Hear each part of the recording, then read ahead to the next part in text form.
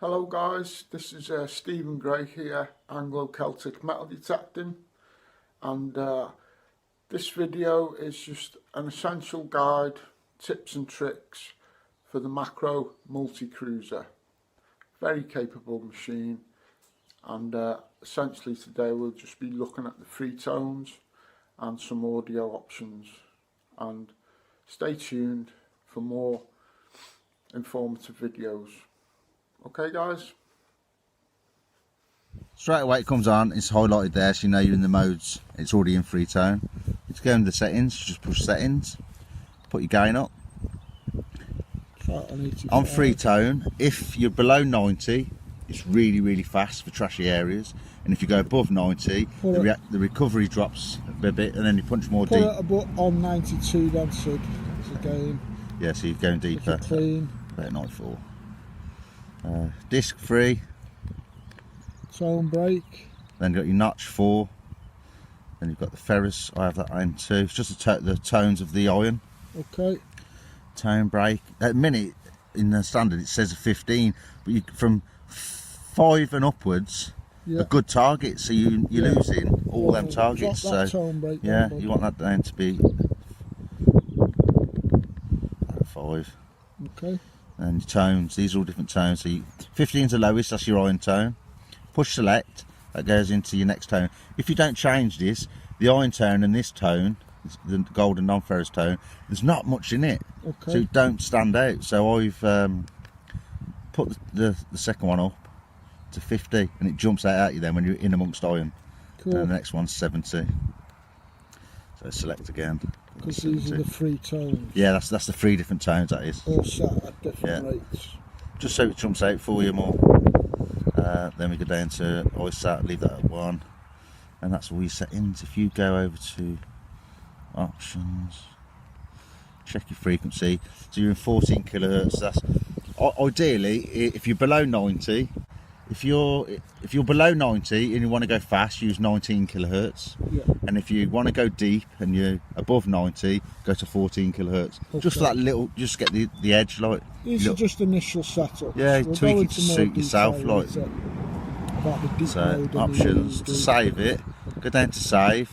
Then you push the plus and minus button. Push the plus button.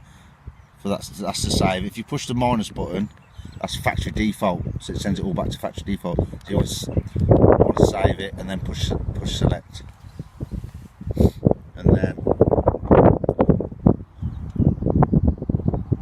you're done now. And then obviously before you start, check the area, make sure there's no iron in the grain. Push the bottom right button there and do your grain balance. Yeah. That's it. Thank you, Sid. No problems. Okay, so here we've got a solid mid-tone in the 20s. See what this one is, just as an example. Up to now I'm loving the cruiser. And this mid-tone in the 20s is pewter by the looks of it. Oh yeah, very nice patterned tom back button. Unusual, I've never seen that type of just line pattern on a tom back. That gives you an idea what the signal was like on that. It wasn't very deep. This is the field where the only hammered coin has come up on Phil's farm, and I got that the other week, that lovely half groat with the Racer 2. Got a signal here that I'm pretty sure is iron, but I just want to show you the view of it so you get an idea.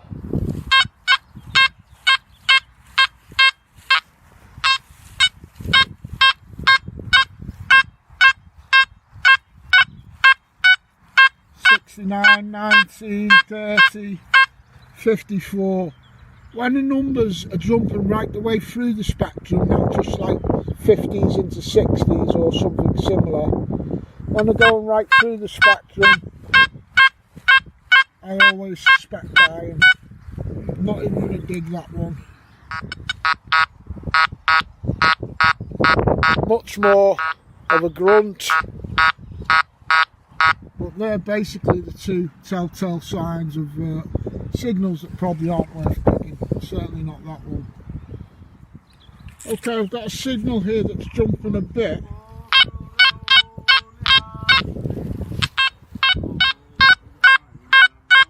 But it's just a bit more stable than that last one. Still jumpy. Could be rubbish, could be iron. But it's just jumping a little bit less through the number spectrum. So I'm going to see what this one is.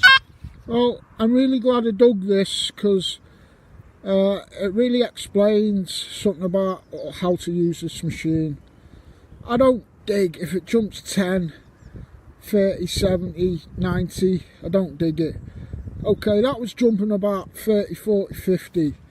Well, that's because this is mixed metal. And it's not treasure, but there's iron there and there'll be a copper casing or something on this piece of a lock. Now that could have been a pocket watch, could have been a lovely old lighter.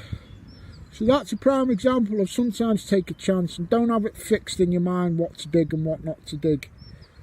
Well, to some extent, yeah, obviously, but that's just a really good example of one of those middle of the road targets. Should I dig or should I not? Dig 'em. Okay, I've got a nice solid tone in the 40s here.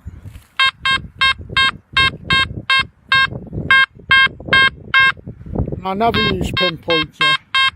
That's enough for me. I know exactly where to dig it. It's a big piece of lead. The lead, depending on how big it is coming in about 15. That's 40 odd. All depends on the sizes of these objects as well, not just the metallic makeup. I've only got about 3.5 hours here today on the macro cruiser. Main thing is just to get you those initial three-tone setups and just show you a bit of audio response and stuff, but we'll see if we can pull anything nice up while I'm here for 3.5 hours. Okay, this rang in a high tone, nice high tone in the 70s. It's an old copper halfpence by the looks of it from about the 1700s, completely blank.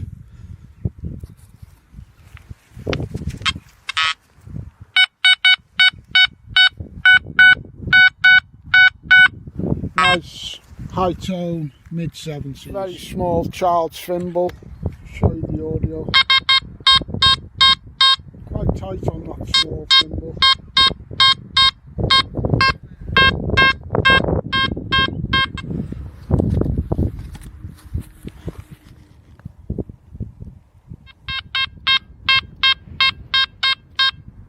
Very tight little audio tone, little dotty, you know, on a dot. Nice, solid 50s.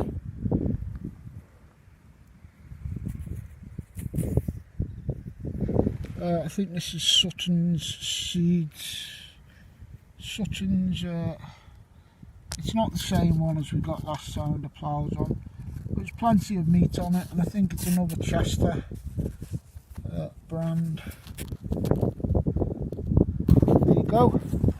Cruiser's first little lead relic, bag seal. I've got a high tone 70s here, could be a coin or maybe a bottle cap, who knows.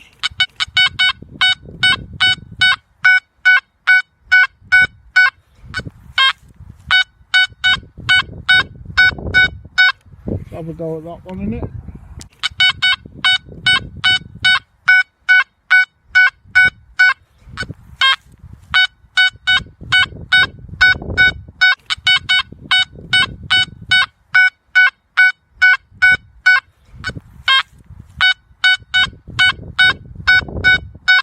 Have a go at that one, innit? Turned out to be, it's a deep target, look, it was 8 inches this one, probably a penny. Oh no, well, you can see why I just initially did think it was a coin. Actually, something or other. It's round. Maybe off a lock or something. See if there's anything. Here's a foot down, it's one link of an iron chain. Yeah, it's a solid signal, but it's slightly scratchy audio, and this is another way to tell iron. Very high numbers. So that's one link of an iron chain, literally a good 12 inches deep. Okay guys, about 25 foot in front of that tree, last week I found hammered with my Racer 2. We've only got 3 hours today with the cruiser, but just here we've worked out pretty much exactly the same hammered for Sid. We think this might be an old footpath now, going onto that hill in the distance. That was where mine was, wasn't it? Yeah. Yours was in line with that tree. Yeah, and maybe it lines up with the corner of the field. Anyway guys, put that on the ground for us, Sid, and just run the cruiser over it, please. We're going to get some audio responses and target ID numbers. 45 solid. Crisp audio, isn't it? It likes that hammy, and it's sticking in the mid 40s while at 14 inches. That's just scratchy signals you're listening for. That's what you should dig if you want a deep hammered. Worst, you know, that's the worst it's getting, like scratchy signal. But anything that's like, normally a hammer's coming in at 6 to 10 inches. Yeah. But when you're fairly close, within 6 inches, it's solid mid 40s, and it's a great audio. Banging. Cheers, Sid. Well, from the excitement of Sid's hammy to what I think might be the cruiser's first bit of silver for me, unfortunately it's only scrap, but it's certainly got that silver look about it. Fairly old silver. There's no weight to it because it's only really thin. Would have been part of a decoration off, who knows, walking stick or anything really. But anyway, it's a start. Like I say, I've only got 3.5 hours here today to do this initial cruiser field test. Just a few tips and tricks up with the audio and those free-tone settings.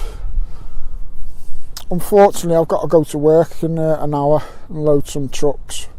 But I'm going to get back out on Sunday and try it in 2 tones for you. So I'll blast it for another hour, see if we get any more. Just show the viewers the external battery pack. I'm sure a lot of you have already seen it anyway if you're interested in this machine. 4 AA batteries slot in there, and it's a waterproof holder. Don't make the mistake I did last week when I was rushing to get out for the first time. I just bolted it on, didn't have any batteries, plugged it in to the machine there. Went to go out the door an hour later, and I thought my cruiser was broke because it wouldn't switch on. Well, what it was doing, this battery pack overrides the machine's internal battery, so it was basically just picking up an empty external battery pack and wouldn't switch on. So that was my first attempt at getting out with the cruiser. So just don't make the same mistake. If you've got your battery pack plugged in, it needs to have juice in the batteries. Okay, brilliant feature though. Extra battery pack. And another great feature about this, I think it just adds that little tiny bit more better balance to the whole machine. Okay, so these are the results of 3 hours with the cruiser first time out. That's a little type of old relic on the right there, not sure what it is yet. It's my only coin, blank halfpence. Button, that I believe is a little tiny catch plate off a padlock. Got my bag seal, buckle, got a couple of padlocks, possibly a coin there, blank. But I'm really impressed with the macro racer. I'm really impressed with the macro cruiser. I know I'll get really good results with this machine. Just need a bit of time in the fields, that's all. Thanks for watching guys, and best of luck and happy hunting.